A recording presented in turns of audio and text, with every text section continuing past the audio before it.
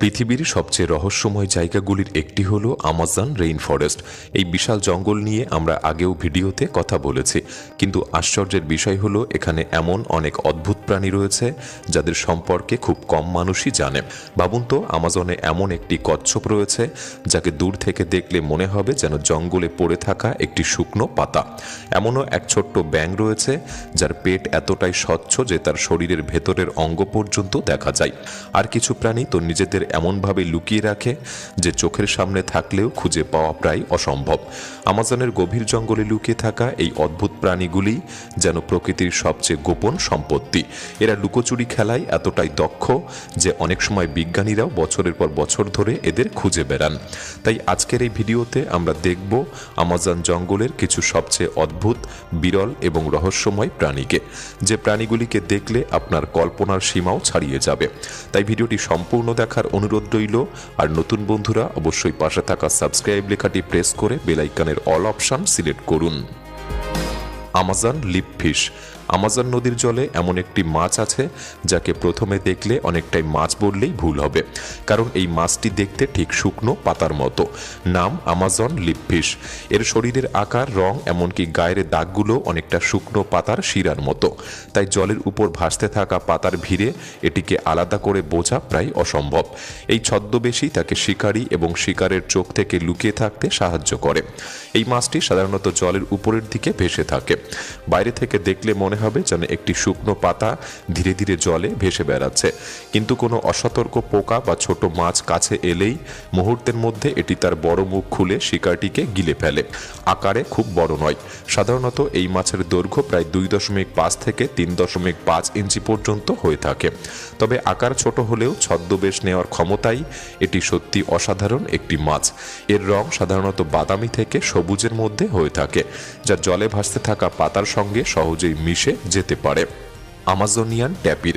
এবার যে প্রাণীটিকে দেখছেন সেটিকে দূর থেকে দেখলে অনেক সময় মনে হতে পারে যেন জঙ্গলের মধ্যে একটি বড় পাথর নড়াচড়া করছে। এই প্রাণীটির নাম আমাজনিয়ান ট্যাপির। এটি দক্ষিণ আমেরিকার সবচেয়ে বড় স্থলচর স্তন্যপায়ী প্রাণীদের মধ্যে একটি। পূর্ণবয়স্ক একটি ট্যাপিরের ওজন প্রায় 300 কেজি বা তারও বেশি হতে পারে, আর শরীরের দৈর্ঘ্য প্রায় 6 ফুট পর্যন্ত। ট্যাপিরের সবচেয়ে অদ্ভুত বিষয় হলো এর নাক। এর ছোট্ট লম্বাটে নাকটি অনেকটা ছোট সুরের মতো কাজ করে। এই নাক দিয়ে সে জঙ্গলের মাটিতে ফল, পাতা ও বেরি খুঁজে বেড়ায়। এরা বেশিরভাগ সময় রাতেই সক্রিয় থাকে, তাই গভীর রাতে জঙ্গলে অনেকটা ছায়ার মতো নীরবে চলাফেরা করতে দেখা যায়। এত বড় শরীর হলেও ট্যাপির কিন্তু বেশ ভালো সাঁতার কাটতে পারে। গরম থেকে বাঁচতে বা শিকারীর হাত থেকে পালাতে তারা প্রায়ই নদী বা জলাশয়ে নেমে যায়। Pied tamarin. এরা খুব ছোট্ট কিন্তু খুবই আকর্ষণীয় একটি বানরের প্রজাতি। এর নাম পাইড ট্যামারিন। আকারে ছোট হলেও দেখতে বেশ আলাদা। এর শরীর কালো রঙের হলেও মুখটি একদম সাদা, ফলে দূর থেকে দেখলে মনে হয় যেন মুখে সাদা মুখোশ পড়ে আছে। এই বানরগুলি খুবই ছোট, সাধারণত শরীরের দৈর্ঘ্য প্রায় 9 ইঞ্চি, আর লেজ প্রায় 15 ইঞ্চি পর্যন্ত হতে পারে। পাইড ট্যামারিন মূলত ব্রাজিলের মানাউস অঞ্চলের আশেপাশের জঙ্গলে দেখতে পাওয়া যায়, কিন্তু শহর বড় হওয়ার কারণে তাদের বাসস্থান ধীরে ধীরে কমে আসছে। তাই এই প্রজাতিটি এখন বেশ ঝুঁকির মধ্যেও রয়েছে।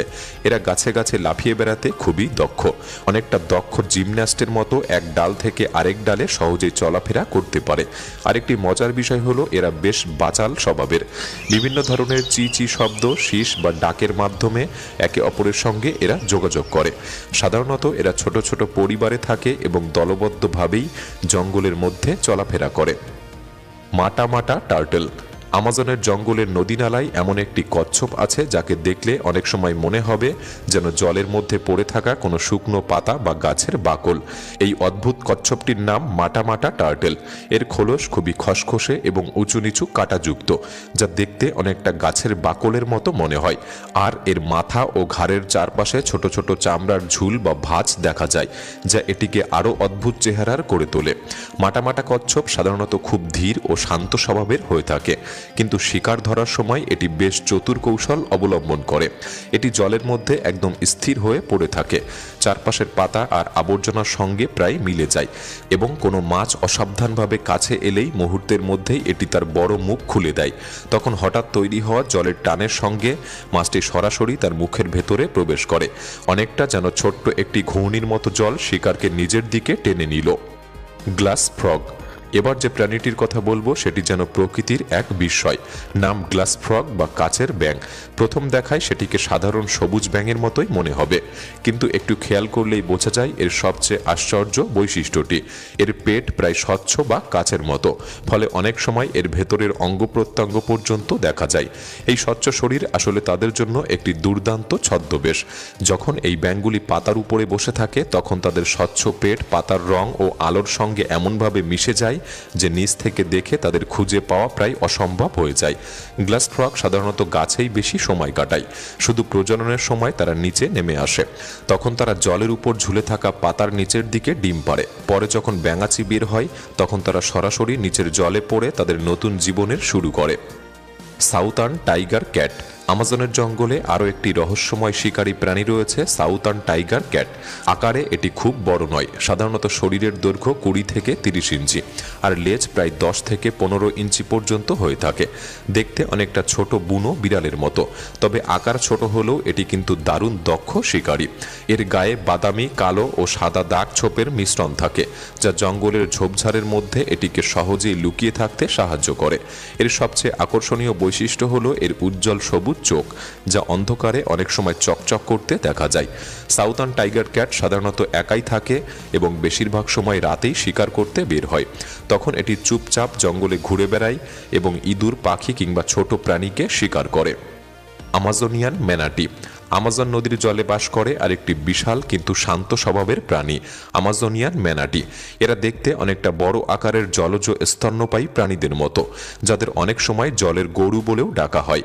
একটি পূর্ণবয়স্ক ম্যানাটির দৈর্ঘ্য প্রায় 10 ফুট পর্যন্ত হতে পারে এবং ওজন 1200 পাউন্ডের কাছাকাছি পৌঁছাতে পারে। তাদের শরীর গোলাকার ও মসৃণ, রং সাধারণত ধূসর। পেছনে থাকে চওড়া প্যাডেলের মতো লেজ, যা দিয়ে তারা ধীরে ধীরে জলের মধ্যে ভেসে চলতে পারে। তবে ম্যানাটিকে খুঁজে পাওয়া খুব সহজ নয়, কারণ তারা যে নদীতে থাকে সেই জলের রং সাধারণত খুব ঘোলাটে হয়ে থাকে। অনেক সময় এতটাই ঘোলা যে সামনে হাত বাড়ালেও ঠিকমতো দেখা যায় না। তাদের মুখে ছোট ছোট গোপের মতো লোম থাকে এবং চোখও তুলনামূলক ছোট। ম্যানাটির চামড়া বেশ মোটা ও শক্ত হয়ে থাকে, যা নদীর ভেতরের ডালপালা বা পাথরের আঘাত থেকে তাদেরকে রক্ষা করে।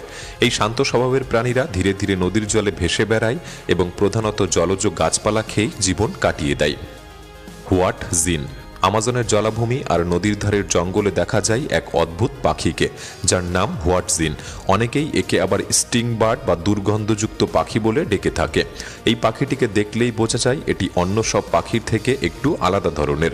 মাথার উপরে খাড়া খাড়া পালক, নীলচে মুখ আর লালচে চোখ, সব মিলিয়ে এর চেহারায় যেন এক ধরনের প্রাগৈতিহাসিক ছাপ রয়েছে। আকারে এটি অনেকটা ফেজান্ট পাখির মতো। সাধারণত এর দৈর্ঘ্য প্রায় 25 ইঞ্চি এবং ওজন প্রায় 1.5 থেকে 2 পাউন্ডের কাছাকাছি হয়ে থাকে।